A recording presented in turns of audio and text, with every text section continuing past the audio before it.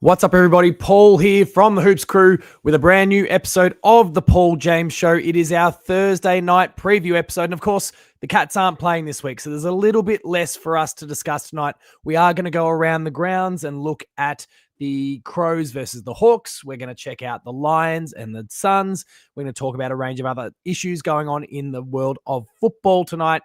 We'll hone in a little bit more on Q&A and some of the questions that you want answered. And I do sound a little bit hoarse. If anyone's kind of checked out some of my videos the last few days, the voice has been failing me a little bit. This is actually now probably the best it's been in the last 24, 48 hours or so. So baby steps. We're on the way. We're on the way back up. But thank you for the good wishes, Shadu. And I think I'll be fine soon. What I wanted to talk about before we get started tonight, obviously, this is a platform about football. It's very unimportant in the grand scheme of things. But I want to. I don't really like wandering into this topic overly much, though. Thomas, thanks for the early super chat. Very much appreciated. Want to watch some Cats this weekend? Get down to Icon Park on Sunday. Of course, that's where you get to see the girls do their thing. I don't really love, and sorry, Thomas, the timing was awkward there. I don't really like wading into kind of political topics too much. I'm not an overly political person. I feel like I'm a little bit of a centrist for the most part. $2 for the butter menthols. Thank you, Jackie. Obviously, you have to be living under a rock to have not heard about what occurred in America this morning. And while I don't think we here at the Hoops Crew, because we're talking about football, are necessarily going to be stirring anyone up, just a gentle reminder for all listening, regardless of what your political views are, what your social views are, whatever the topic may be, nothing is worth getting violent over. Obviously, I'm referring to the Charlie Kirk stuff that happened in the US this morning. And maybe you disagree with someone, but it's not worth violence. It's not worth and this is a guy, I don't really know a huge amount of the guy. Like I said, I consider myself a bit of a centrist. I try and pull bits from left and right and try and hopefully form an opinion and a way of living life that is just respectful to all, regardless of who you are, what you believe in. But obviously, this guy was a bit divisive and had ruffled a fair few feathers over the journey. But there's just this guy got killed for having an opinion. And as far as I'm concerned, that's just not on. Regardless, and again, it doesn't really matter what your political beliefs are. This could be someone on the far left that got shot today, hypothetically, and I'd be saying the same thing. There's no excuse for it. I know us here in Australia, we're a little bit more protected because we fortunately don't have the gun problems that America has, but we're also facing our own different challenges these days. There's all sorts of weapon violence going on. There's just one punches. Hell, talk to Noah Bolt. There's all sorts of problems, violence related, going on in Australia, and around the world. And there are better ways to resolve a concern with someone than to hurt them somehow, or in this case, to kill them. Or to threaten violence, for that matter. Not for my football stuff. And I don't know what's more pathetic, actually, hating on someone for their thoughts on football or for video games. But going back, can't believe this. It's kind of hit my, refresh my memory today. So I'm going to take you all on a quick walk here, because video games, as many people know, is another topic that I speak a lot about. And I wrote an article a couple of years ago about a game that I didn't think was looking very good. This one, back in 2016. And this was just an opinion before it came out, to be clear. Expressing my concerns that the game wasn't shaping up very well. And I got death threats from people in the US. I got, not because I doxed myself like I did earlier in the year, I got doxed by people for having an opinion on this video game that turned out, just for what it's worth, turned out to be a shit game, universally accepted as such. So fuck you to the people who are the person responsible. But like, what I want to stress through this, and it's absolutely outrageous, for having an opinion on something, nothing justifies violence. So let's all be better to each other, regardless of what you believe in, regardless of what sides of the political spectrum you may lie on. We can all treat each other better. We can disagree. We can disagree respectfully. We can talk. When we all talk, things get better. We suddenly begin to find common ground, and we can work towards a solution that allows all to be happy. Even when you're dunking on a video game. I never heard from that clown ever again. But anyway, that's all the dour stuff out of the way. Again, simple message. Let's all be good to each other. And fortunately, every experience I've had with anyone in the Hoops Crew community or adjacent has been fantastic. Obviously, you get a few people that disagree with your opinions. They might call you enough. Well, I have a show called Enough of the Week, so I'm going to cop that from time to time. It's part of the theater, right? But threats, violence, it's just not on, and we all can be better than that. But let's move on with the show. We've got all the grim stuff out of the way. Let's start to hone in on football. Like I said, semi-final week. I'm going to quickly bring up my graphics and everything again, get them working for me in the background here. And then remove. There we go. We'll come back to that one shortly. It's semi-final week. There's a lot to discuss relating to the Hawks and the Crows, as well as the Lions and the Suns. And of course, the Hawks and Crows game is a vitally important one for us as Geelong supporters, because one of those two teams will be going on to play us in a prelim final next week. And so I want to pick through that with all of you tonight. Of course, we'll begin by talking about some news, some stuff that's been going around in the AFL over the course of the last couple of days since I spoke to you last. Of course, there's been a bit of noise about Bailey Smith and his interactions with a photographer. It turns out also Chris Scott with some interactions regarding I think it was an AFL media representative. There's a bit of angst, a bit of tension coming out of the Cats at the moment. Of course, there was a lot of tension coming from our supporter base, myself included, on Friday night last week. There's a little bit of heat coming out of the Cats right now. And that could be stemming from that really good on-edge feeling that a team can be feeling at times. Often we see that manifesting on field. Maybe a little bit that's manifesting off field as well. But and that's obviously not so good, not so constructive. But yeah, we've had to see in the space of 24 hours, both Chris Scott and Bailey Smith apologize for the way that they've spoken to people. And honestly, going back to my last point about opinions and the way we can treat each other, we can all do better. I'm sure both Bailey and Chris have recognized that and will endeavor to do better in the future.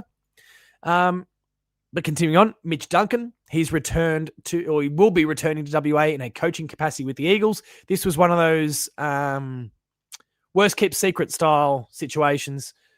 So congratulations to Mitch. Obviously, income post-football is very important.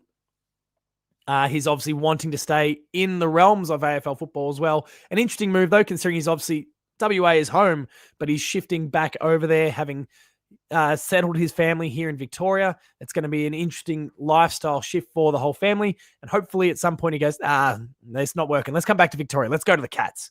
Maybe work in development or something like that. So for now, congratulations, Mitch Duncan, and go well.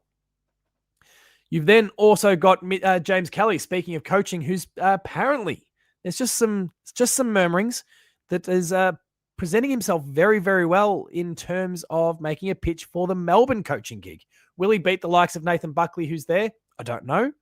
But it sounds like he's putting his best foot forward, and it's really impressing a lot of people at the moment. So good luck to Pops. Hopefully it works out nicely for him. Of course, it would be a massive loss for us if he were to depart.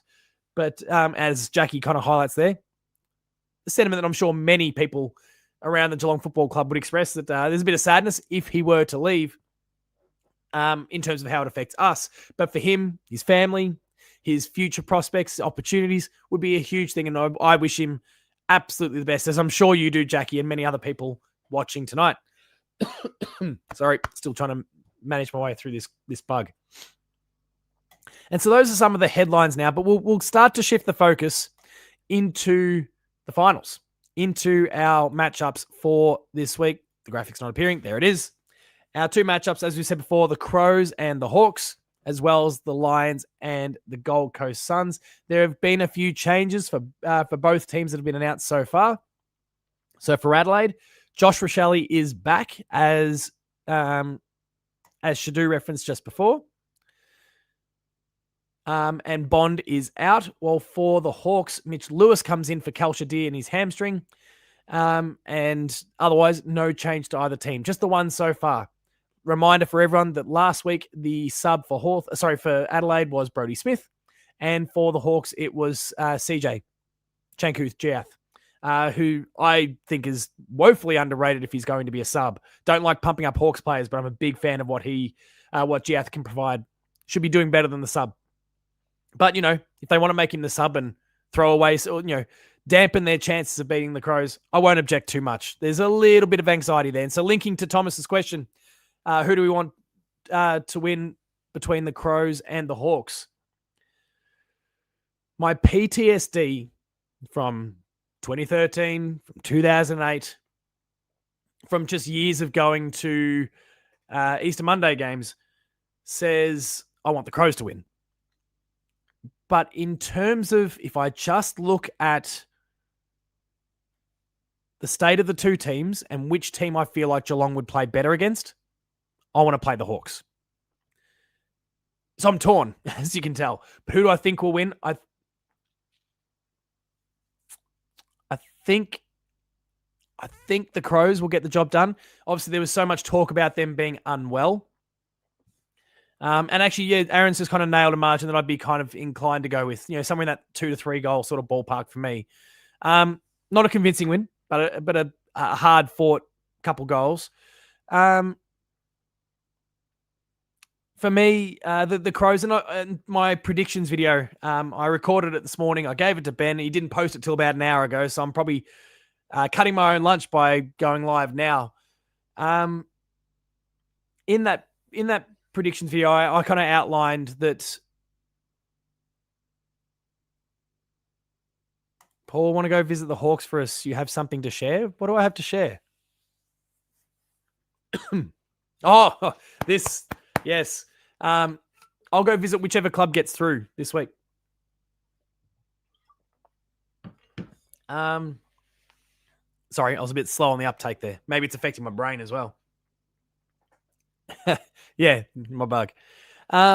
So, yeah, the Crows, obviously, the flu allegedly swept through them, and there was about 6 or 7 players that were pretty badly affected during the qualifying final, and then a few others that fell victim to it in the days after as well. So I hope for their sake that all of their players have now got it out of the system. Anyone who's going to catch it has caught it, and that they're all up and running for their game tomorrow night. Because I want to see a really hot game as well, regardless of who wins. If it can be a really high-stakes game, they can bash each other up. They can all come away a bit sore, a bit battered, a bit bruised. I don't want to wish injuries on people, but just, battered and bruised will do. And then they can come up against us in the prelim, and we can just get the job done. Just get it done. Don't care how. Just get it done. No hamstrings to Max Holmes, of course. My dodgy caviar, Ben says. But I'll pash all the Hawks. I can't in good conscience. This is not a sacrifice I'm willing to make for the sake of our club. I'm not like Eston. I won't do whatever it takes. I won't take performance-enhancing drugs, and I won't slip my tongue down Jack Ginnivan's throat. You heard it here. I'm not going there. Take one for the team, Paul, Jackie says. So those are your ins and outs for the Hawks and the Crows. There's our lineup. Of course, as you saw, the game is now sold out. The Crows favourites to win this game, but not overwhelmingly so. We are, of course, little less than 24 hours away from that game. There are your lineups as things stand. And your umpires, Nick Foote, Brett Roseberry, Matt Stevick, and Curtis Neboy. Deboy, Curtis Deboy. Get Deboy in here. Wizard and Guinea at least. They're the two that I would want to pash the least. Most obnoxious little pricks out there. Anyway. So They're your lineups. As I said, the main ins, Mitch Lewis for the Hawks and for the Crows. I can't find him. Josh Rochelle. I wouldn't be surprised if he's the sub because it really does sound like he's undercooked in his return.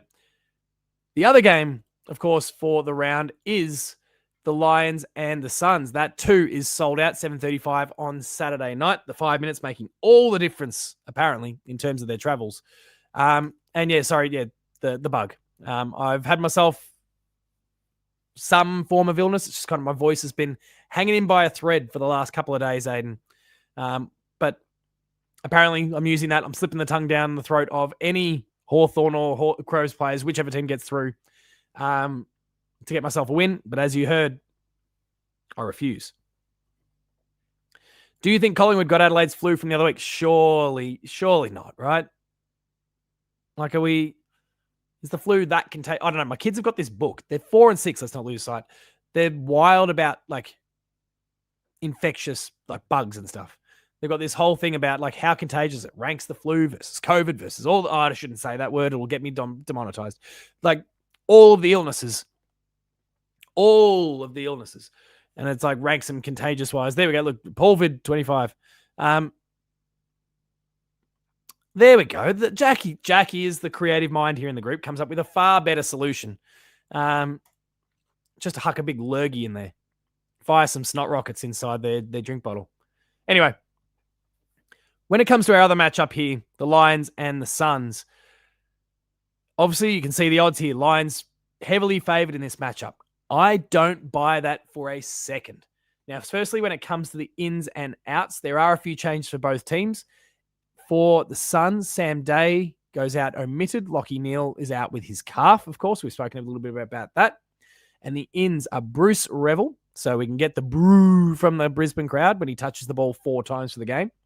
And Oscar McInerney in the ruck. So they're looking like they're going to go a dual ruck sort of situation here, go head-to-head with the Suns in that respect. You'll have McInerney and you'll have Darcy Fort. The Gold Coast Suns, in their supreme confidence, are not making a change as of yet. And your subs from last week are Sam Marshall for the Lions and David Swallow, the match winner for the Gold Coast Suns. Charlie Cameron's a passenger, and Berry admits his shoulder is still fucked still. That's interesting, says Shadu. I hadn't caught that little clip yet. Golden Gollies, says Rasha Fitzpatrick. Very nice. And Shadu's on the Suns bandwagon. I too am on the Suns bandwagon. If people haven't checked out my preview video, I'm tipping the Suns. They smoked the Lions about 6 weeks ago. 6 to 8 weeks ago. I don't know, you got the pre-finals bye in there. 6 to 8 weeks ago anyway. By 66 points in the latest Q Clash. And the Lions were in better health than they are right now. I'm not saying they'll win by 66 points. Finals does some funny things, but I do expect the Suns to get the job done. In my mind, it's about 4 goals. 4 goals for the margin for me there.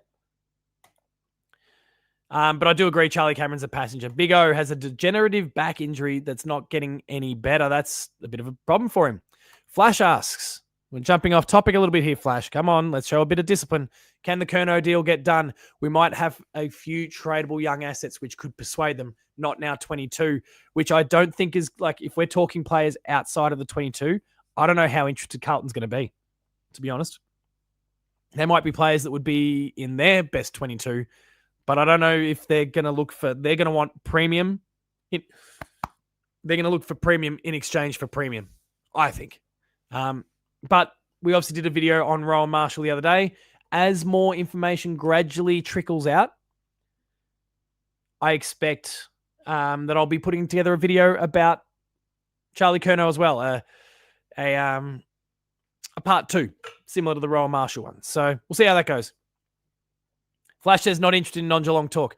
Obviously, keep in mind that first game that we've already discussed, that does link to the Cats. We have to play the winner of that one. And these teams, who knows? Maybe we have to play them if we get through to a grand final. I say if. I'm not counting my chickens. Shadu says, Berry said his shoulder was as good as it can be. That's the card that I was dealt with, and I've just got to deal with it. It's a part of football, and strap it up and keep going, he said. Oh, fair enough. It's not the most, not going to inspire confidence, I would say. Horatio asks, can the Suns maintain their pressure level from Saturday for 4 quarters instead of 3? Yeah. Yeah, I think so. I think they can get the job done. But also, to be fair, I don't think they're going to need to maintain it for 4 quarters to beat Brisbane. If they do it for the first 3, they're probably home and host. I'm just keeping a bit of an eye on the Discord here where Bussy's sharing some stuff at the same time. Oh, it's just some of the comments from who was it that said it? Jared Healy, that was talking about how incredible Connor O'Sullivan is. He said, can I just make mention of this kid, Connor O'Sullivan? He's a generational talent, yet they won't recognise him with the Rising Star this year, and it's a dog act. There's also something here from Mark Readings on Twitter. Will Schofield's retweeted Mark Reading 7, so I assume he's a Channel 7 reporter, maybe from the WA. It says, state government and AFL CEO Andrew Dillon set to hold a press conference on Monday to confirm State of Origin match WA versus Victoria next February. Very cool. Step in the right direction. Horatio, I'm not sure what good point I made. Oh, the pressure levels thing, probably. Yeah, I think they'll get the job done in 3. And that'll be okay. Just my take at the moment anyway. So, in terms of, and I'll quickly bring up the 2 teams, the lineups. Boom. Come on. There we go. There are your 2 lineups, of course, factoring in the changes that we've just previously mentioned. So, Oscar McInerney and Bruce Revel in for the Lions. And then for the Suns, no change. The team that they fielded last week is the team they'll be fielding again. Shadu says, we need the Suns for Matt Rowe's mum 2.0. Absolutely. If they win, surely like Channel 7 or Fox Footy are hunting for her to get her on TV once again. She was very entertaining. And it was really wholesome stuff. She was just excited for her son and his mates. So very, very cool. And the sentiment's already pouring in. Jackie says, love it. We all need mum like Matt Rowe's. Oh, Mark Readings on back chat with Will Schofield. You can tell that I don't check out. I like Will Schofield, the little clips that I see when I see him speaking about football, but I could not have told you who his co-host is. Right. As well as Channel 7 and 6PR. Okay, thank you for expanding, Horatio. That's handy context. All right. So those are your lineups as things stand. And as I said, I've got the Crows winning by 2 to 3 goals. I've got the Suns winning by 4 goals. Glenn says, I get the Gold Coast won, but it was only 1 point, but everyone is talking like it was the greatest win for them. Enjoyable to watch, but they're not on fire. I get your point if we wanted to just talk margins and those sorts of things, but I would say there's more to it than that for starters. The finals pressure means that that was more intense than any home and away game. It's also the first final they've ever won, so there is going to be, it is their greatest win.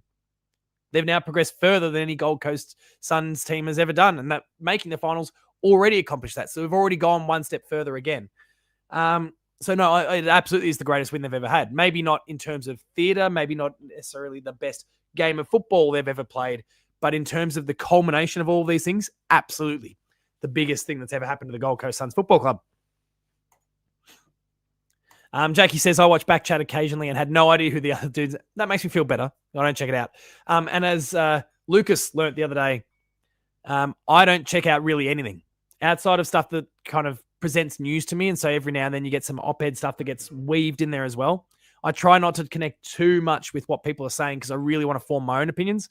So I don't listen to too much stuff unless it's far more comedic in nature, which is where the likes of Dan Does Footy really comes to the fore because it's a lot of entertaining stuff for the most part. That stuff I'll consume. And if Backchat kind of fits that bill, then maybe I'll have to kind of lock in a little bit more on it. But I'll leave you guys in the chat to tell me more about that.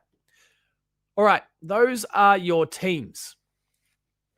So from here, it's time to really, we're flying through this one tonight. We're going to get to some Q&A now. We don't have a specific Geelong game to preview. It's a very free form show tonight. It's not going to be the longest show in the world. We're ready to jump into some Q&A and then the game of the show. But before we get to all of that, let's take a word from our sponsor, Cyril Cook Florist, and of course, get those flower emojis ready, please. The Hoops Crew Media Network is proudly sponsored by Cyril Cook Florist. Visit them at shop 1211 Leather Street in Breakwater. Phone them on 035 222 2244 or visit their website at www.cyrilcookflorist.com.au and use the offer code GOCATS in the voucher field at checkout to get 20% off your next online purchase.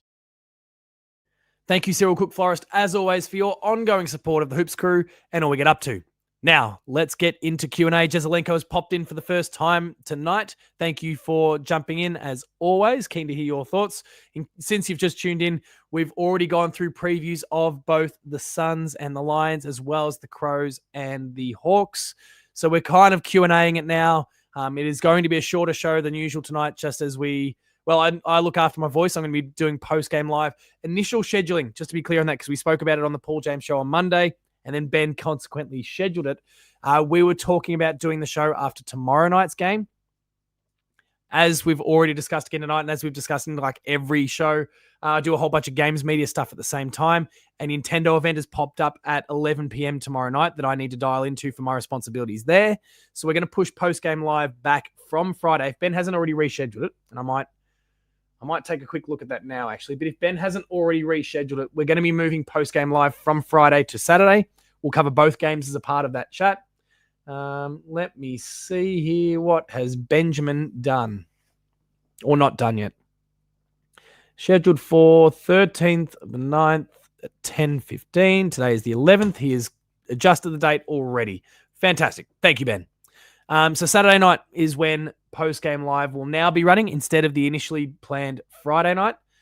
He's already, as I look at it, he's even already altered the thumbnail. It's featuring Tex Ginnivan. It's featuring Josh Dunkley and Matty Rowell. He's ready to go. So we'll break down those two games and, of course, hone in a little bit tighter on the Crows and Hawks game, given that one of those teams will be our opponent next week.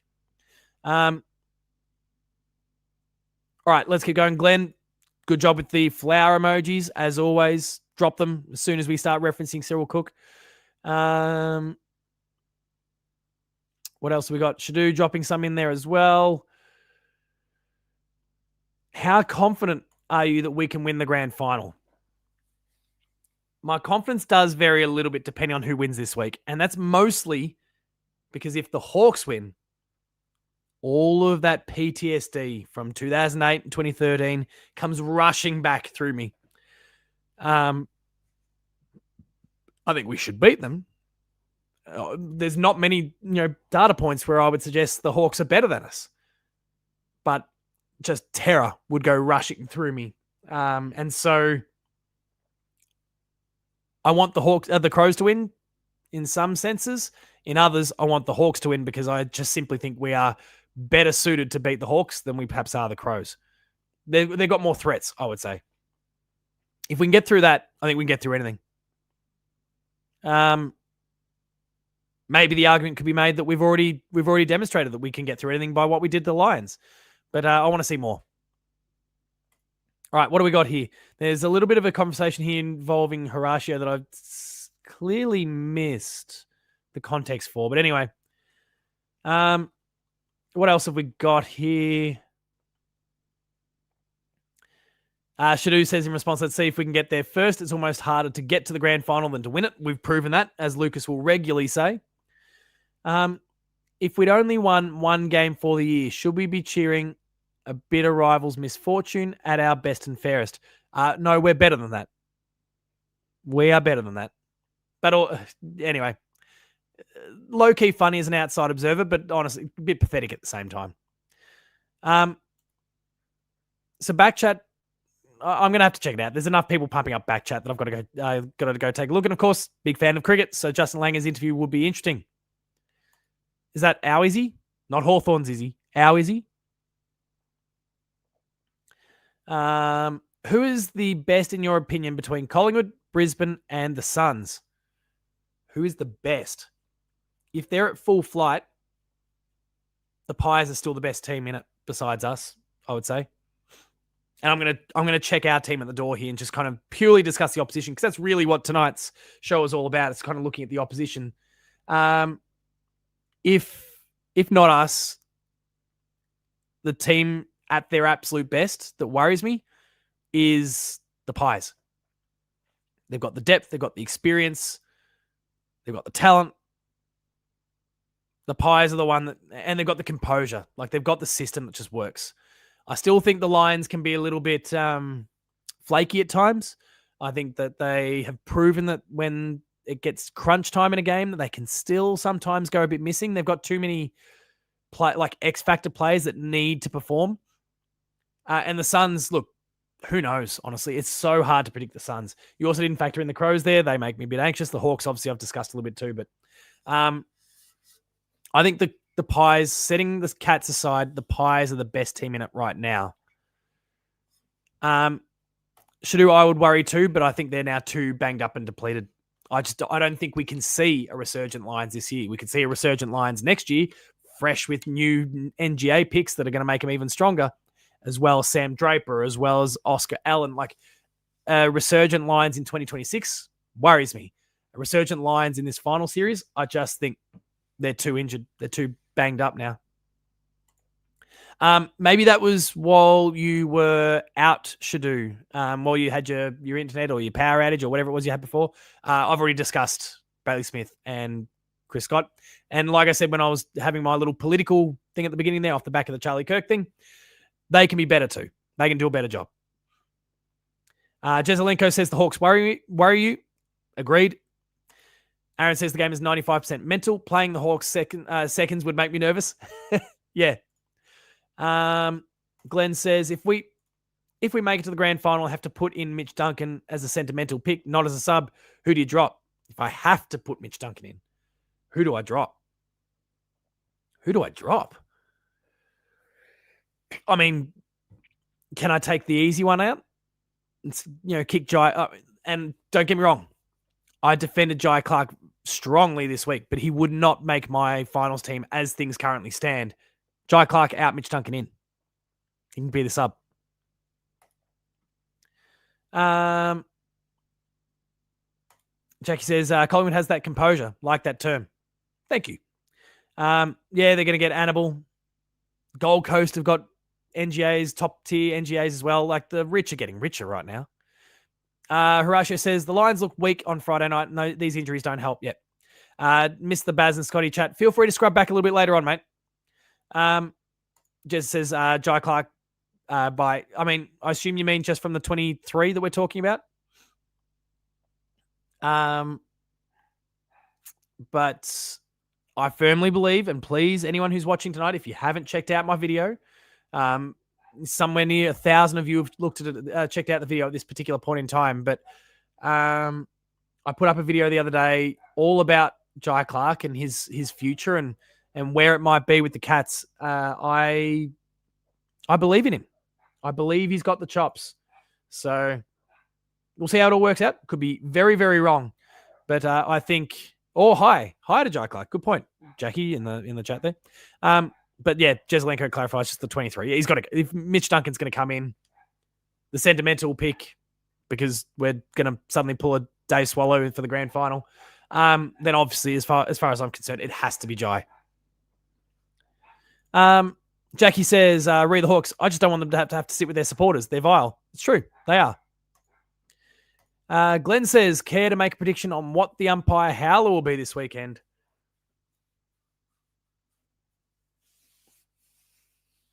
We're running out of things that they can significantly screw up. Oh, shit. Ben Reeve. I'll kick you off your own platform. I will, and then when I see you, I'll kick your ass. I'll do what I could and should and will do to old mate Fagan. I'll beat the shit out of you. But also, going back to the initial question, AI needs to be banned. Thank you, Jackie. AI is trash.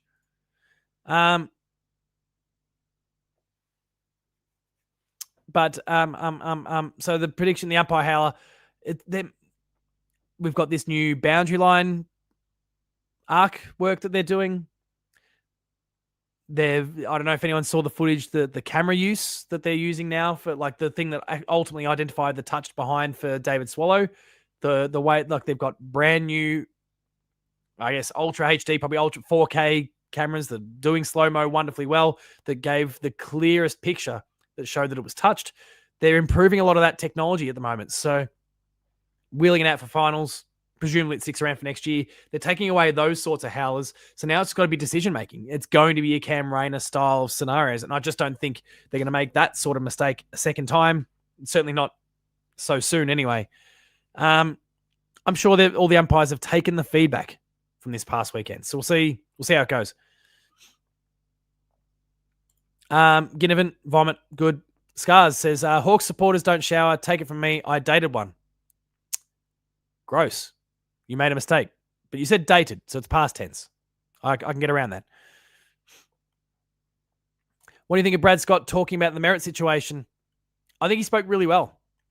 He did make a very firm stand, but at this point, and don't like, we should really talk about this Zach Merritt thing, because I think this has a knock-on effect for us. So let's do that in a sec. But just in terms of Brad Scott, I think like he said everything that he could and should say, and I think he said it the best way that he possibly could. The reality, on behalf of the club as well.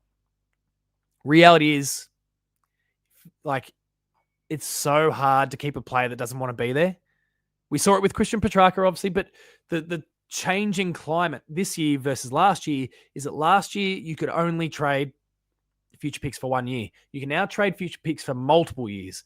The Bombers are at a point where they are, by losing what's his name, Sam Draper, possibly losing Ridley, like they're going to be getting some free agency picks coming in. They've already got 2 in the first half a dozen as things stand, again, pending the likes of Oscar Allen, going for a first round pick, which would give the Eagles another one in the first couple.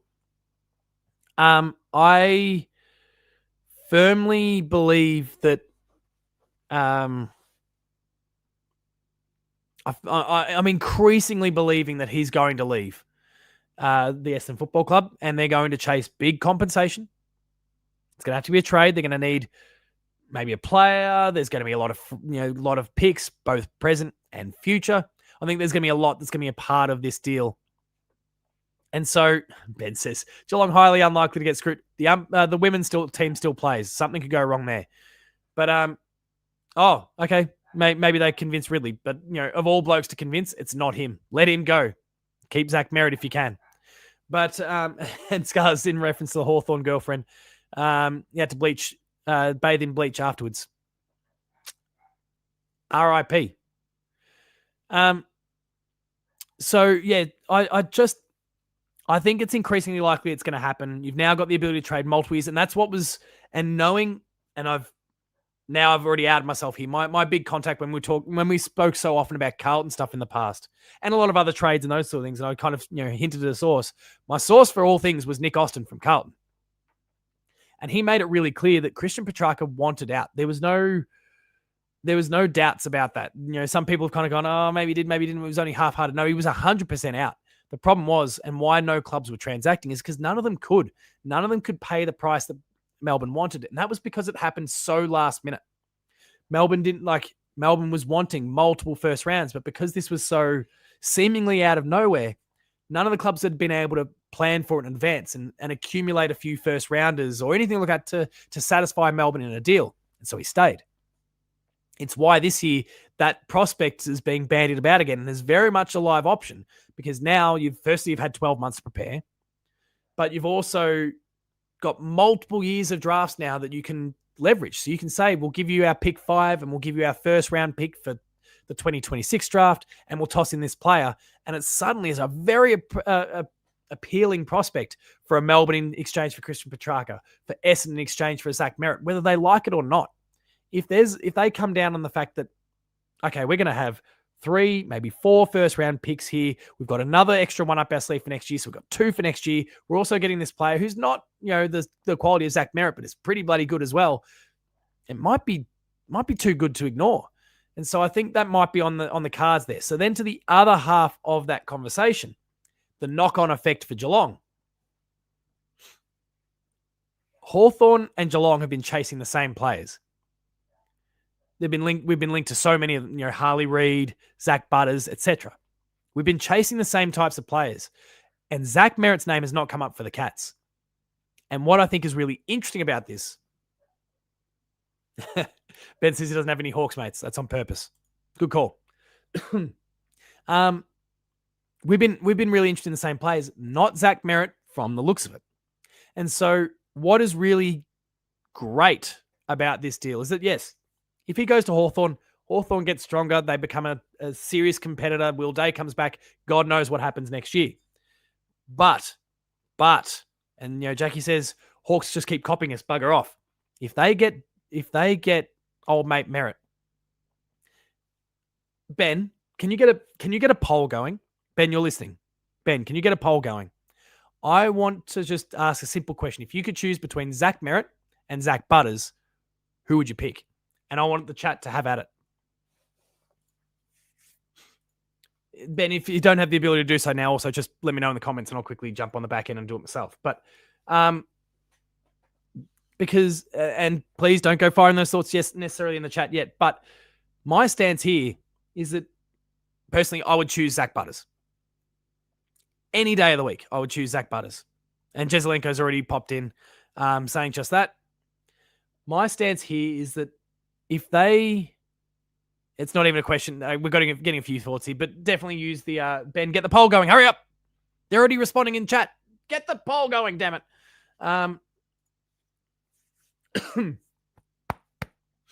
Oh, man. Maybe I can quickly do it. Hang on. Come here. I'll watch myself on screen for a second.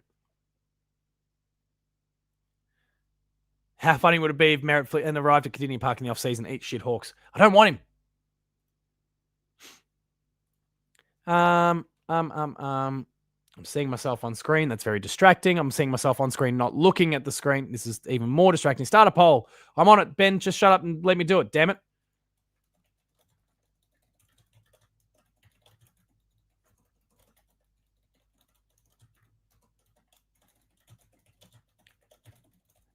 Zach Merritt or Zach Butters, who would you choose? That's the simple question. Option 1, Butters. Option 2, Merritt. Start poll. The poll is live. Drop your thoughts in there.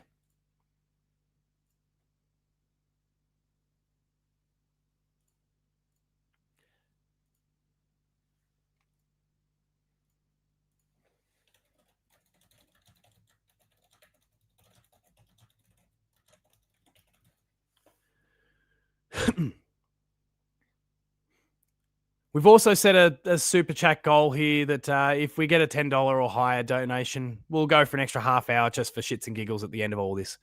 Don't feel like you need to do it, but I'm there. I'm on the back end, so let's just see what happens. But the poll, based on 10 votes so far, is 100% in favor of Zach Butters. And Jackie says if someone chooses Merritt, they're trolling. I will watch this space. But yeah, so anyway, to expand on like why I think it's so, all of you are kind of highlighting exactly what I think here. You'd pick Butters. He's younger. He's animalistic in the way he attacks the game. He's absolutely wonderful. And so if Hawthorn pick him up, they've already got their big fish. That leaves him on the Butters on the cards for us next year with less competition. It's not to say Hawthorn can't. They might be able to shuffle some money around and be able to pitch a second time. 12 votes, 100% in favor of Zach Butters right now. If they get Merritt, I just don't think they can afford to go for Butters, leaving him on the table for us. Of course, there's competition from the Dogs as well. He was a Doggy supporter growing up. And Geelong and the Dogs are the two teams that kind of sandwich his hometown in Bacchus Marsh, or Darley, but Bacchus Marsh, really. And so I Did that? I'm not signed in as a channel owner. Oh, Ben, I can't set the super chat goal. If you're watching, or if someone just does it, $10 or higher super chat, and we'll add an extra half hour to the show beyond what I initially planned, which was kind of to end now, really. But we'll go for another half hour with some Q&A and whatever else it is you want to talk about. Because why not? It's fun. I've got video game work I should be doing, but I don't mind a bit of procrastination. I don't mind chatting to all of you. So if that $10 super chat comes in, we'll go beyond the normal finish time. Bussy's popped in, I think maybe for the first time tonight, unless I've missed you. You look very handsome tonight, Paul. Thank you, mate. 5 extra packets of butter menthols. That would buy me 5 extra packs of butter menthol. So Dare to Dali. Great doco on Zach Butters. Dare to Dali.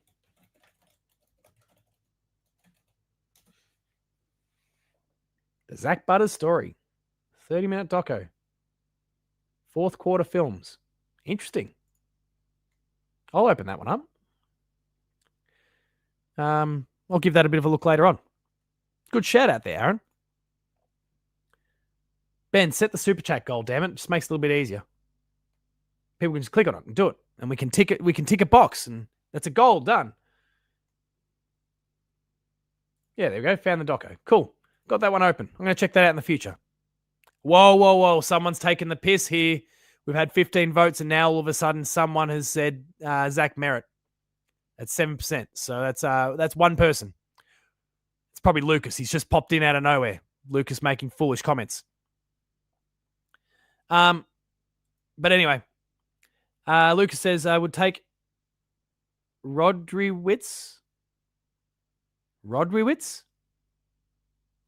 out of contract at Freo. Average 20 touches a game. Also from Geelong. Rodriguez. Who? It's probably, I assume that's just a typo, maybe some misspell via phone autocorrect. I'm not sure who you're talking about. If anyone wants to pop $10 in, it gets us the extra half hour show and gets me a few butter menthols. That'd be fantastic. Has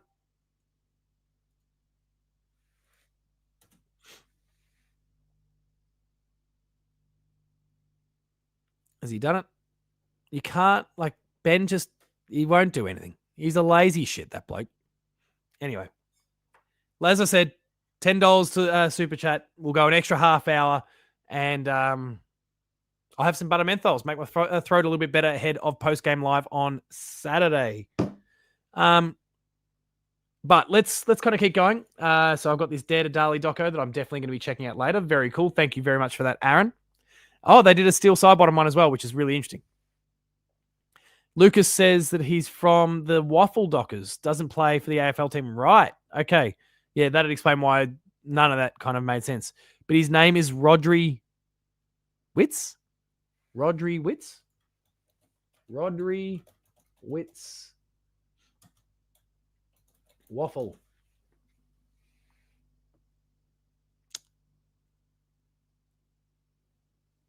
Plays for Peel. Maybe Peel Thunder, right? Rodriguez? No, it's the Rodriguez Shield.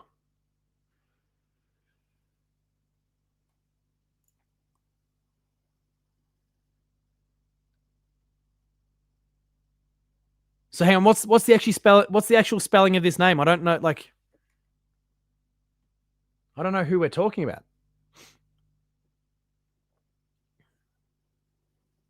I'll leave you to clarify that one for me, Lucas, but because typos happen, that's fine, no worries, mate. But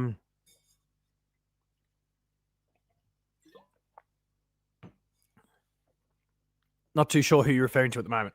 In the meantime, because especially pending, unless we get that $10 super chat that's going to push us into another half hour, I'm going to quickly, because, I'm slack at the moment, haven't put together the game of the show. So I'm going to quickly just scroll around and try and find that while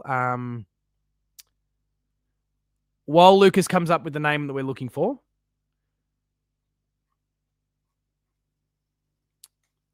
Shadu says, I thought it was funny. Merritt said he was at the end of his career and wanted to taste success. Sounds so selfish. It's already a privilege playing sports for a living. I mean, yes and no. When you've given so much to a club and you've been carrying them for so long and through decisions that weren't your own, you're starved of the thing that you're looking for. You're within your rights to leave. What I would respond to with that is that if you were dissatisfied in a job, your job satisfaction was poor, and you had other options. And the key is, if you had other options, sometimes people don't, but if you had other options, would you choose to explore those? Because I sympathize with Zach Merritt. That's exactly what I'm doing right now. Now, my job satisfaction is not down the toilet. If things don't work out for me, I'm more than happy to stay where I am right now, but I am exploring my options. So Rodriguez. So there's someone called Rodriguez.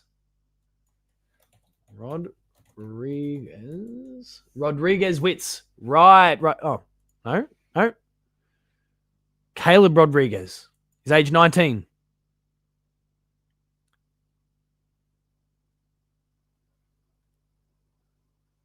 There's no stats appearing. Damn it. Opposition was Peel Thunder. No, that can't be it. If someone has a link for me, let me know. But yeah, my stance is, and actually Shadu's kind of nailed it, you always have to stand advocate for your own interests. We all would in our own careers.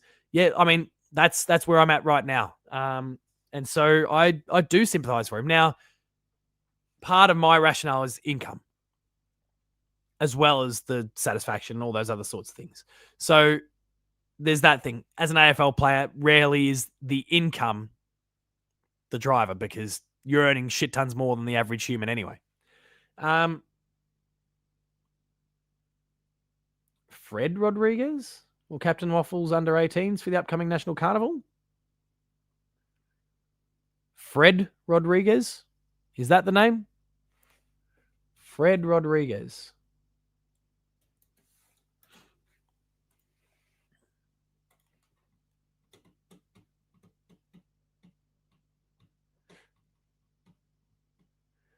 His numbers stack up with what Lucas is talking about.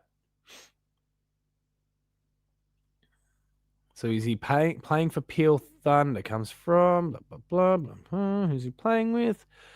Give me something here.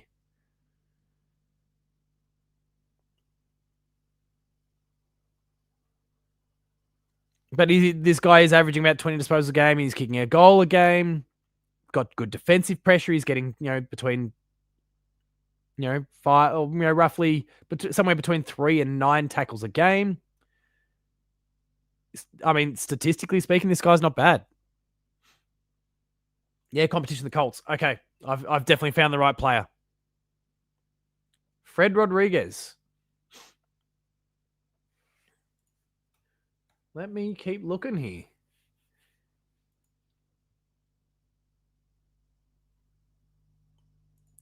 So tell me, Lucas, how did you come to learn about Fred Rodriguez?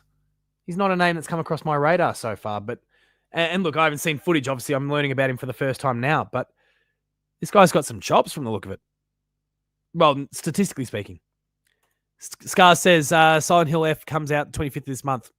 I'm not a big Silent Hill person. I'm not a big horror game fan, but it sure does. I am playing Ghost of Yotei, at the moment. Also a classic tactical game that I will not be naming. If chat you identify it, fantastic. A very beloved tactics game that's coming soon. And Borderlands comes out tomorrow.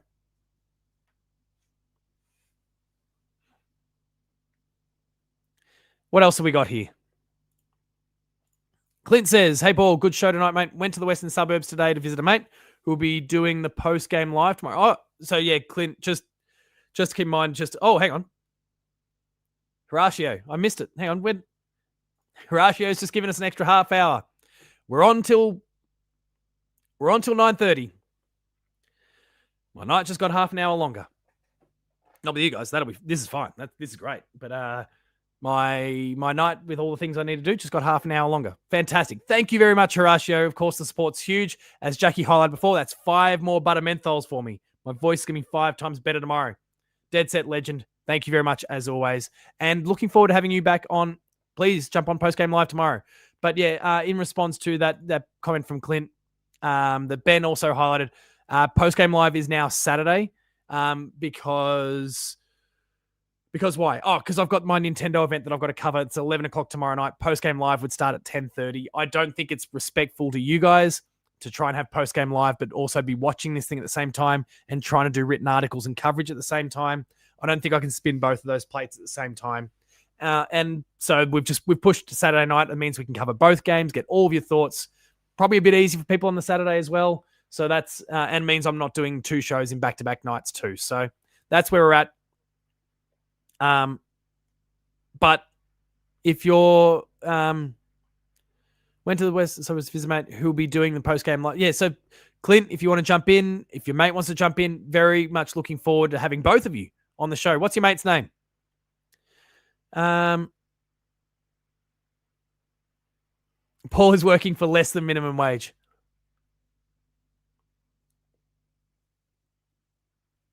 Yeah, given that, if anyone can support my book that's on Kickstarter, you better believe I'm going to use that as a cue to plug. Let's not lose sight of the fact that On the Go, the PlayStation Portable, unofficial history encyclopedia, holy shit, 68,000. And I've already been paid out for my contribution. I got like $500.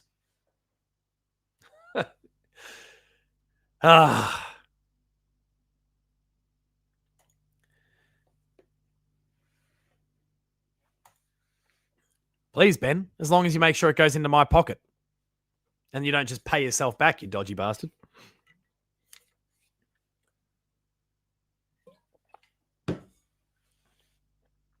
Just says it's 7 p.m. here in Perth.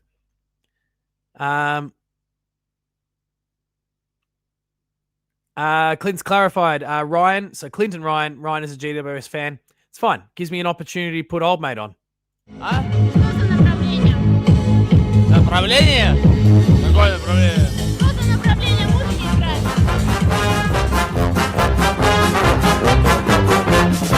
Well, there's a big, big sound from the west of the town. It's the sound of the mighty giant. I love him. Shadu says, game where wins meet. All right, how about I do this? Because I do know of where wins meet. It's not my speed. I'm not much of a Souls-like person. But game of the show will be where wins meet. So we'll revisit that one shortly. It's coming out November 14, though. So it's not that far away. There we go. I've got the link. In fact, let's get game of the show done now. Let's do that now. I'll unshare my screen. The love's coming in. Don't we need a passport to go to WA? It's like a whole other country. It's so far away. It's like that old Chopper video, the fake Chopper video. Ronnie John's half hour. Oh, fucking Perth, you're so far away. How about you just move all the way? He just shuffles them off the map, off the country, off the rest of the country. Anyway, where wins meet is our game of the show. We're going to do that right now. Get some Souls-like up in your system, everybody. If you don't know what a Souls-like is, then you clearly don't hate yourself that much. It's a good quality to have. Enjoy the game.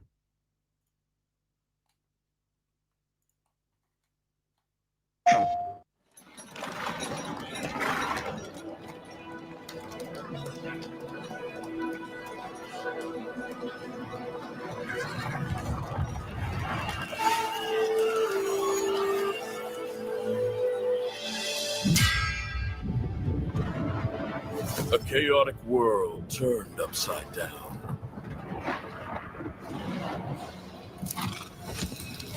A land ravaged by the fires of war, shrouded in smoke.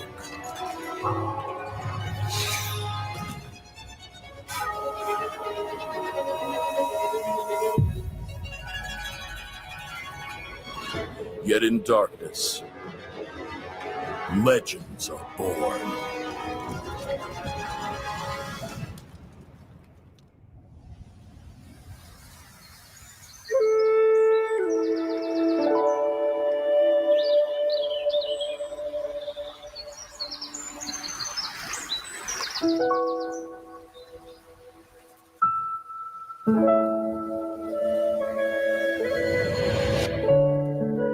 You wish to enter the jungle. Do you know the road up ahead? You promised we'd roam the world together. You sure you can save them? A hero has only one sword against countless foes.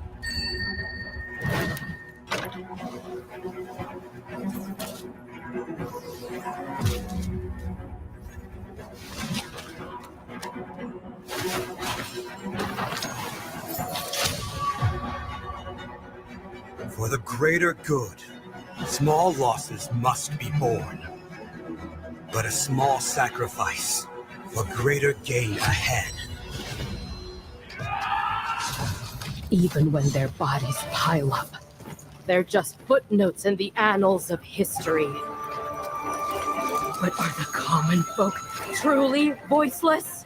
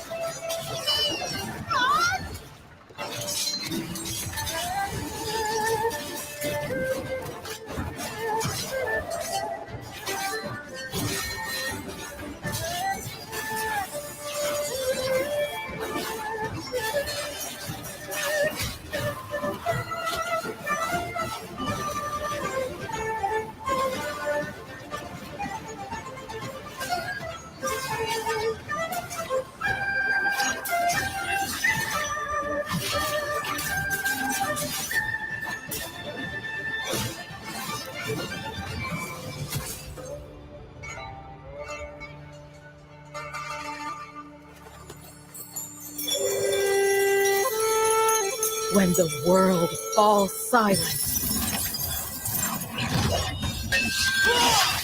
my blade speaks for them!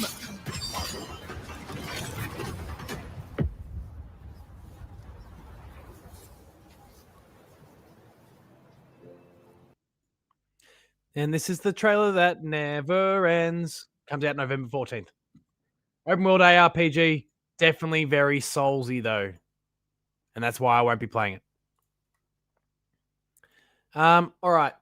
Let's push on with the show and see what everyone has been saying. Lucas has been sick. Sending Lucas all of our best. We hope he gets better soon. But also, as Ben says, go to the Hawthorn and maybe Adelaide training sessions. Lock lips with a few of them and make them all sick.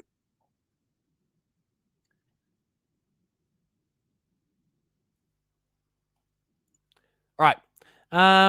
Haven't eaten today. Not a bad thing. Look, between us, you could wander over to Adelaide, actually. The Hawks have already flown into town. So, okay, yeah, anyway.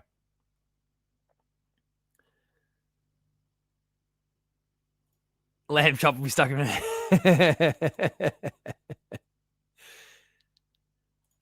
when the game comes out, it's going to be free on Steam. What?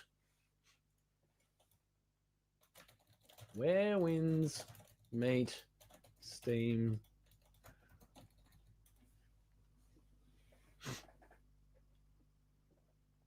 Oh, it's free to play. Oh no. No. This game's just got so much worse. Fucking NetEase. Where Wins Meet will be free to play at launch on November 14th, 2025 for PC and PS5, with all monetization limited to optional cosmetic items and no pay-to-win elements. I call bullshit. That there's no pay-to-win. Because not that many people will go wild for cosmetics. Surely. This is not Fortnite where you get to show off with all your mates and Call of Duty you get to show off with all your... No, surely not. There's got to be some sort of pay-to-win, nickel and dimey bullshit outside of the cosmetics. Surely.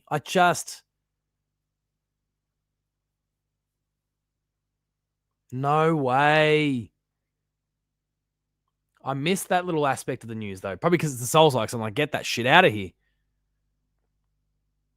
And I know things like, as Shadu says, like things like transmogs are, sorry for those, like it's kind of customizing your gear to look like something else, while still retaining the core pillars of it. It's the ultra customization. That's wild to me that they'd be doing it for free. That just the games industry is trying to self-sabotage at the moment with financials.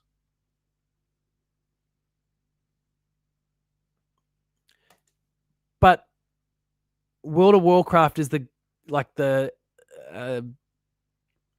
gobstopper of video games. It just keeps going. If this is just a self-contained action RPG, it's not a live service of some sort. Then once it ends, and maybe you can flush out a little bit of extra money because people might go for a couple of repeat playthroughs, but for the most part, when people finish the game, that's it. They move on to the next game. So where does the continual revenue come from? Where does let's lowball this and say it cost $100 million for them to make? Where do they get that $100 million back? And I say lowball because that's the state of the games industry now. $100 million, and that's a cheap video game. Anyway. Lucas says, record the training. Hoops Crew can post it. I'll make sure I will get away Gunston, Ginnivan, and Newcomb. Maybe after a few months, and depends on the player demand for it. DLCs. I mean, yeah, but it could be make or break. Sometimes the games, like finances, make or break in the first month or two. If you don't make your money back, or if you don't hit, if that game's not as good as they hope it will be, people won't play it. But at least if you sell it for $100, let's just go the standard retail. You sell that game for $100 and you sell 2 million copies, which is the hell 1 million copies, because these days 1 million seems to be like the base pass mark for people. Like that's there we go. Shadoo's giving me what there we go. The mobile dorks will be all over it. Okay. They'll be fine. They'll be fine. Still not wild about it. I'm not wild about the logic, but especially in the console and PC realm. But okay.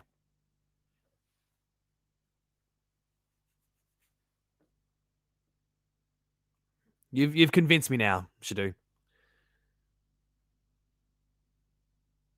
All right.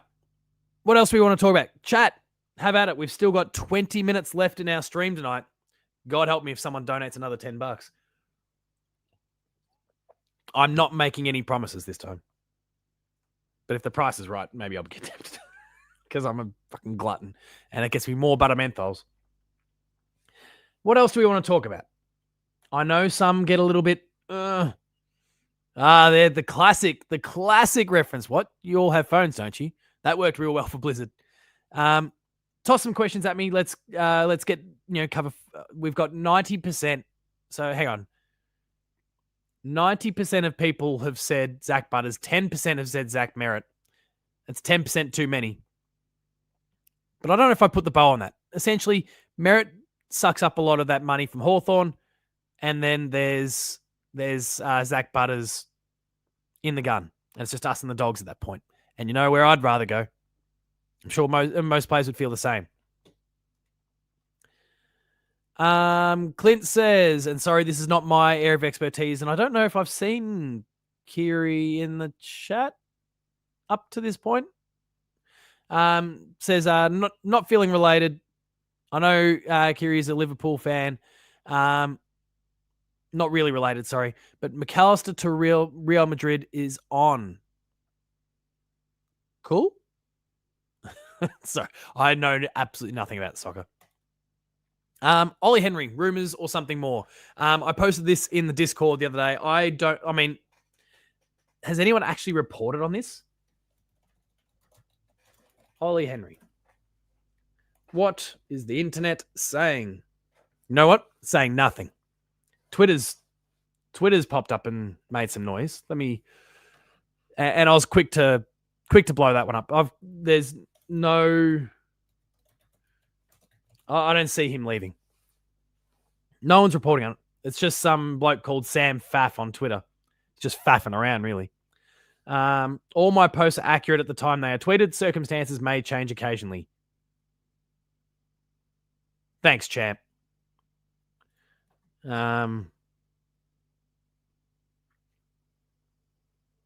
He's not leaving.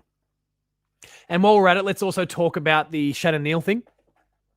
The Shannon Neal commentary, the one between Andrew Mackie and Shannon Neal before, like in the aisles of the corridors, the deepest depths of the Geelong Football Club, where he said he's not going, in response to speculation from the likes of Lucas.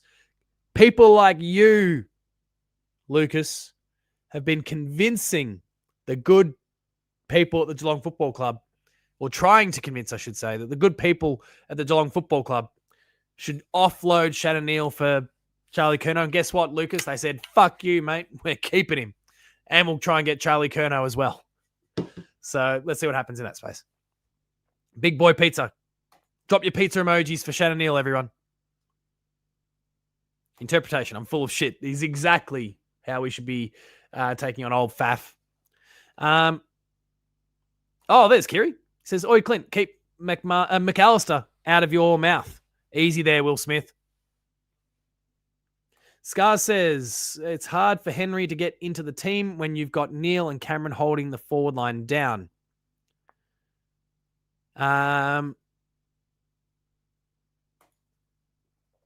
We don't want Charlie. All he does is kick 10s against West Coast. To be fair, Jeremy Cameron kicks his bags against some low-rung teams as well. I just think Jeremy Cameron's then more consistent against the higher-rung teams than Charlie. But if you get him, the thing that I would argue, and I was very negative. Not very, but I was pretty cynical about Charlie for quite some time. Thought he was quite overrated. But the thing that I was kind of forgetting, and I think it's relatively important in the conversation about, it's not on. Max specifically told him in the corridors of the Geelong Football Club that it's not happening. Yeah, you pain in the ass. There's some pizzas. Very nice. I was pretty skeptical. Like, I just felt like he just wasn't that good. But the reality is he was, kicking, and obviously he's had a down year this year and some injuries have gotten in the way and those sort of things as well. But he's kicking 50, 60, 70, whatever it was, those big totals in the last few years. Despite the fact that we know that Carlton's midfield butchers it. They kick the ball into 50 horrifically. So imagine what it's going to be like for him when he has Max Holmes, Bailey Smith, Patrick Dangerfield, Zach Butters, and a few others driving that ball inside. Brian Myers.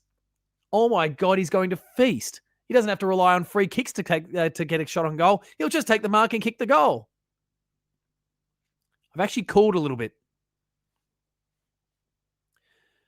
I will not, though, just to go back to the origins of this conversation, I will not, clearly Andrew Mackie will not accept that Shannon Neal's going to be part of any deal. And I think that's amazing. I love that. But I've said no. When I've put my foot down, it's not happening. Just make it clear. Get a visual. Foot is down, Lucas. Not having it. All right.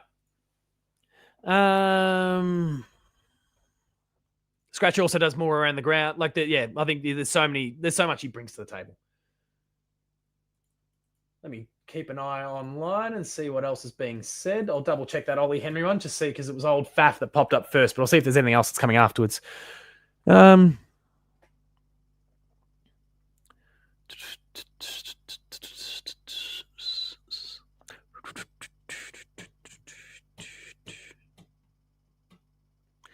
Yeah, no, I'm not seeing anything other than old mate Faf and then all these people have just spun off it that are also nobodies. So there's the old where there's smoke, there's fire, but there ain't any fire or smoke here.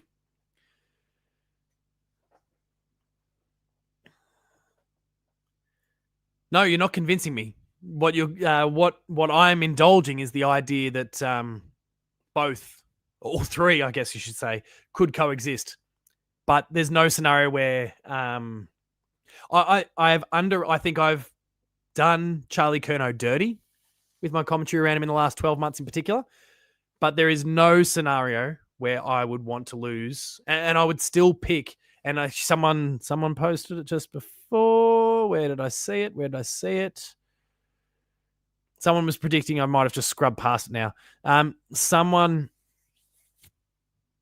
posted. I've lost the. Oh, there you go. Bussy said Neil to kick 55 to 60 next year. Mark my words. I also think that we're going to get very close to that sort of total next year. Next year's going to be the real big breakout. He's going to finish with 40 to 50 this year. Why not? Why not another 10 to 15? Feels perfectly feasible to me. It's only another goal a game. Less, actually. Less than a goal a game. More next year. I think he's going to be that sort of player. If you somehow manage to swing it as the Cats, that you end up with Charlie Curnow, who wants to take a pay cut if he's prepared to take a pay cut to go here. And Jeremy Cameron, let alone the smalls around him. Get fucked. We're winning the next 16 premierships. But no, we're not giving up, Neil. That's clear. I've said so. I told Andrew Mackey so.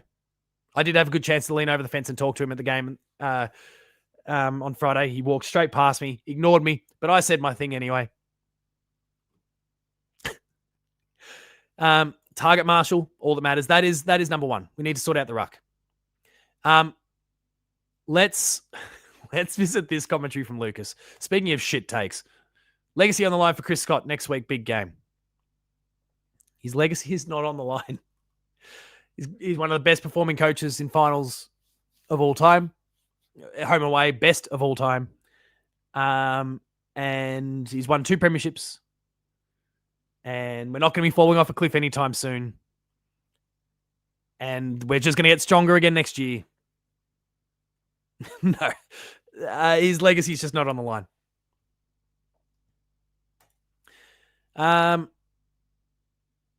Hashtag just keep Neil.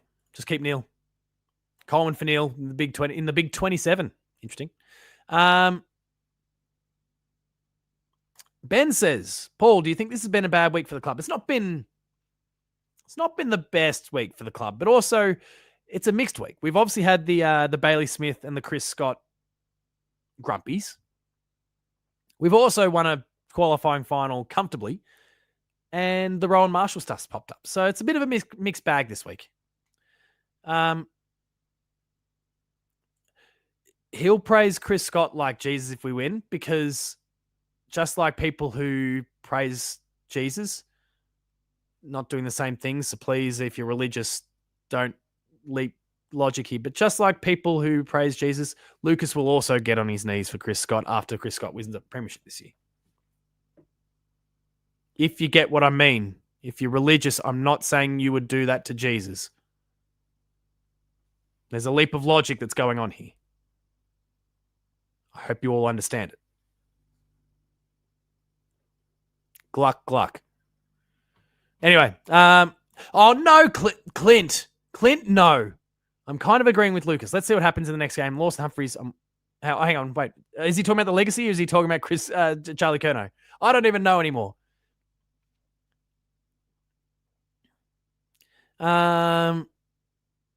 Lawson had second-year blues. I think he'll be all right and sounds like his head's in the right place. I think we're just mucking around with players. We're shifting the magnets and we're building that versatility. And I have no doubt that when Lawson is required, Lawson will do what Lawson does. He won't lose the contest. He'll be polished by foot. I think they're trialing with a range of things and having different levels of success. Jackie says dirty. I assume that's in reference to my inappropriate comment. If we can win the grand final, can we have a Lucas atonement show? What would that look like?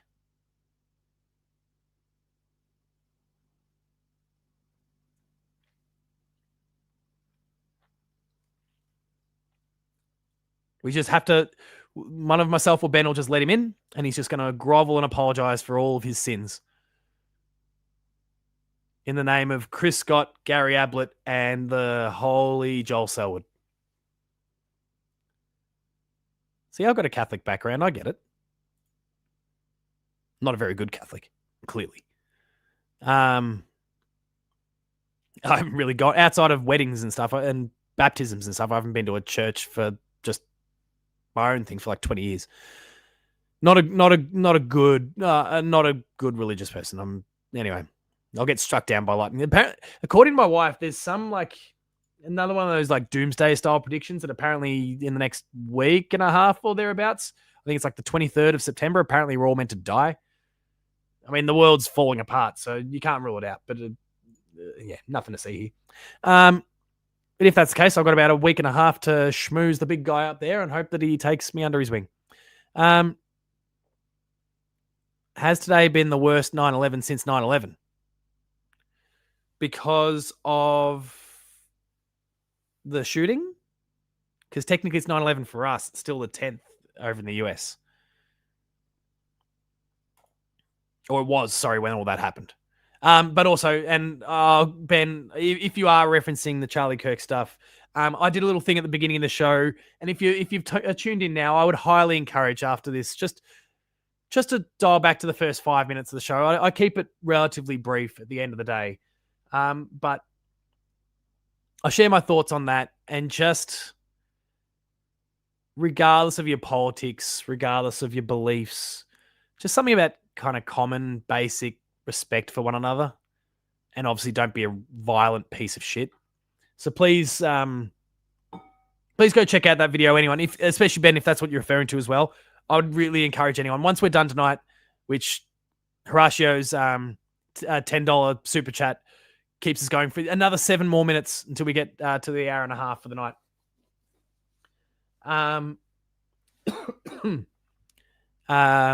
If that's what you're referring to, please, once we're done, scrub back to the first 5 minutes and just check out what I had to say there. And also, if you missed early in the show, check out everything else we discussed, including the previews of the Hawks and the Crows and the Lions and the Suns. Sorry if I implied that we were just going to be premiers. That wasn't, might have been a bit of a Freudian slip.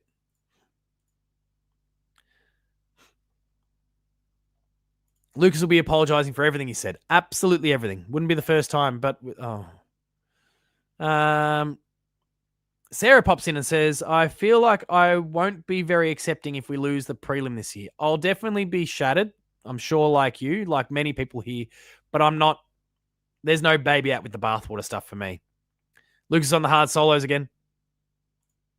That'll be in reference to my Scotty, Ablett, and the Holy Selwood or something. We could probably make this a thing, really. But I don't want to get too religious culty. Not calling Catholicism or Christianity culty, but like, if we start making our own one, you're starting to get a bit culty. We can't die until we win the grand final. Get off the LA Ice coach. Wasn't specifically that. Okay, lots of bad news. But yeah, not a great day. And yes, actually, Jackie highlights it really well. Unfortunately, I've seen the footage. It was one of the first things I did today was check Twitter and got an eyeful when I saw where that bullet went. So if you haven't seen the footage, please just don't look up anything around Charlie Kirk right now. It's awful. And it's on Facebook as well. I don't think the social media platforms are going to be able to squash this fast enough. But please do yourself a favor. If you realize that you're watching footage from that Utah University today, don't watch it. It's just, I cannot. It's not good. I just don't think it's good for the soul to see things like this. Honestly, I just don't think it's good for us to have to be exposed to this sort of thing. We're all, I think, adults here. I'm sure, I don't know if there's any children watching. If they are, I'm so sorry for the heinous things that I say on this show. But if you can avoid watching it, adult or child, please make sure to do so. It's bad for you. We're no better. We might be more educated on what happened, but we don't need that education. We understand what happens when a bullet goes through someone. It's not good. Don't watch it. Spare yourself. I just don't think it's good for the soul. I have the following only, and then what do I have? What do they call it? recommended or whatever. No. The For You and following, and I must have had it set to For You and trying to scroll through it now. But like there's been horrible stuff. There's been this incident. Hell, it was only a day ago actually for like Charlie Kirk's just popped up in my Twitter feed, his actual Twitter account. I don't follow him, but the algorithms put it there because, of course, he's the most talked about person in the world right now, where he's referencing what happened on a train where someone was stabbed. Like, it's just, and I know that footage has been getting around as well. I unfortunately saw that one too. Like, it's just, shit sucks. If that little apocalypse thing can wait until after we hopefully win a grand final this year, let's win the grand final and blink us out of existence. Probably better for it, which is such a depressing thing. So depressing. But yeah, Horatio, not a bad thing also. Social media blackout is not the worst thing in the world. It's the worst. And it's so hard. And like, I'm sure that Facebook, I'm sure that X, like, especially because old Muskie is a bit of a Trumpy man. He's distanced himself a bit more lately, but he's still a very right-wing person. And Charlie Kirk was a very white, but very right-wing individual. I'm sure he's going to be trying to get his team to squash that because that's political leanings, those things. But like, just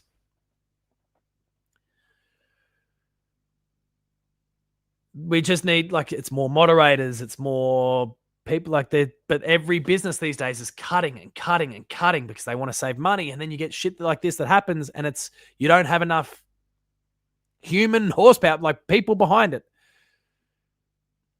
to squash these things. And what I will say, just one final point of that whole matter before we move on. I've suckled all the way back around to it, and I didn't really want to. I didn't want to revisit this topic. I said my piece at the beginning, but those who celebrated this, and I'm not casting aspersions based on people's political beliefs. If you are, obviously there's a certain demographic of people who are more likely than others to be, quote unquote, celebrating what's happened.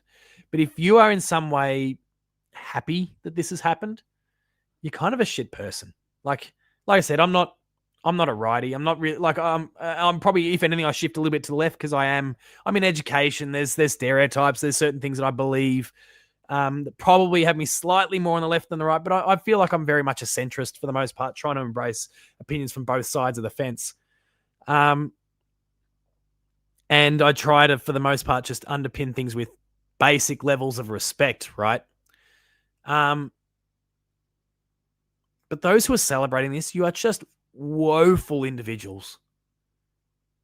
There are ways that someone can be eliminated from the conversation to not contribute to the opposing views that you might have without that person needing to die.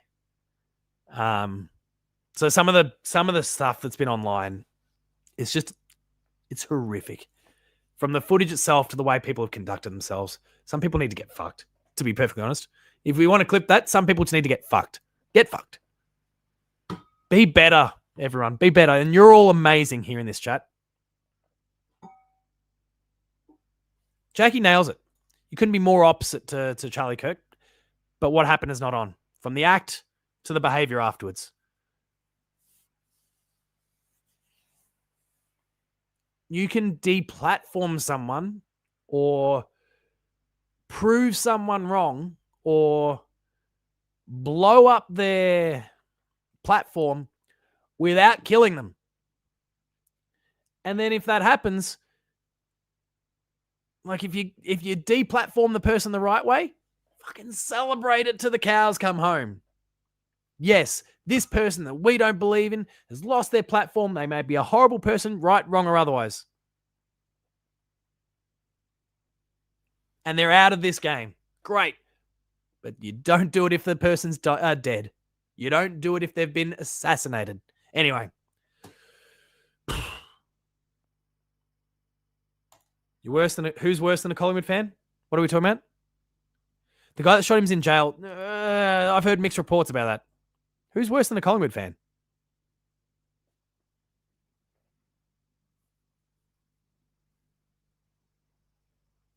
Who's worse than a Collingwood fan and why? And surely you're not suggesting that that's me for for respect being at the core.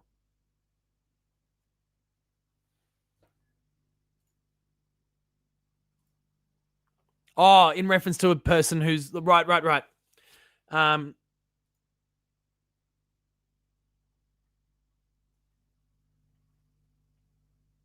Right. No, thank you. Yes. Now that makes more sense, roaming. And yeah, sorry. Also, I see that you've retracted it. StreamYard doesn't do that so well. So no, it's all right. Yes, anyone who behaves like that is worse than a Collingwood supporter. 110%. I'm wholeheartedly with you. There's genuine good people. Let's lean this back into footy and let's try and have a bit of fun. There's genuinely good people that contribute to making society better. There's people who do nothing and just live their lives, very selfish, but they just live their lives and go about their day and not really offering anything one way or the other. But they're not making things worse. You've got Collingwood supporters. And then you've got the people we've just been talking about, the genuinely vile people. But anyway. No, I know what you mean. Now that I've kind of caught myself up on it, I'm getting that it was in jest. It's fine. I totally get that it was in jest. Yeah, actually, sorry, should do that. Just that people who booed Quaynor, you're also on the shit side. You're also on the shit side of the spectrum here. Like people who create GWS big sound memes, they are the best people. They absolutely are, Jackie. Направление? Какое направление? Просто направление музыки играть.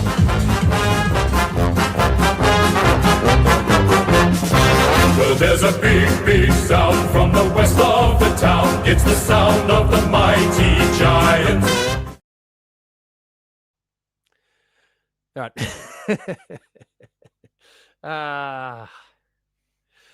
All right. Gary's just popped in for the first time tonight, and we're about to wrap this show up. So Geelong fans are good. No, we're great. We are the best. We are the best types of people. And on that note, we're going to wrap things up. Thank you all for having tuned in tonight. Thank you, Horatio, for the extra $10 super chat there that extended the show for another half hour beyond its initial planned run time. Very much appreciate it. To those who also contributed early on as well. Thomas was one, and Jackie, was it you? Shouting me some butter menthols. Jackie and Thomas, yes. Thank you, Jackie. Thank you, Thomas, for those super chats earlier in the show. You're all amazing. Let's and then Horatio. Thank you all for those super chats, donating to the show, extending the show, and just honestly, all of you for just being fantastic tonight. Thank you for indulging me as I've shared my thoughts, kind of using the platform I've got here to talk all about today's events, but then also just having a good time when we got to talk football. So it's been a pleasure as always. Stay tuned for post-game live on Saturday night, not what we initially advertised. We initially said Friday night. That will be Saturday night now, because I've got some games events that I've got to tend to tomorrow night. So stay tuned for that. We'll do the Paul James show again on Monday, then recapping everything that we haven't already discussed in post-game live. Paul James show will again be next Thursday. Ben is going to host that one. I'll be on parent-teacher interview night, so I can't make it. He'll step up to the plate in my stead, and then we'll be going around with a prelim and hopefully celebrating in post-game live. But until then, check out all the videos that have been live on the channel. We've had the match reaction from myself, post-game live from last week. The chaps did their review. My Rowan Marshall video is up. My Jai Clark video is up. My predictions for the semis are up. There's probably something I've forgotten. Lots of videos on the Hoops Crew. So many of you have been checking them out. It's been huge. It's been really, really heartwarming to see the support for all the stuff that we've been posting in the last few days. If there's anything you've missed, please go check it out. And thank you, of course, for tuning in tonight. If you've enjoyed this, make sure to like, subscribe to the Hoops Crew on YouTube, share this video with your friends and family, get the word out there about all the content we're creating. A lot of people have subscribed even in the last week alone. Thank you to all those new faces we're seeing. And,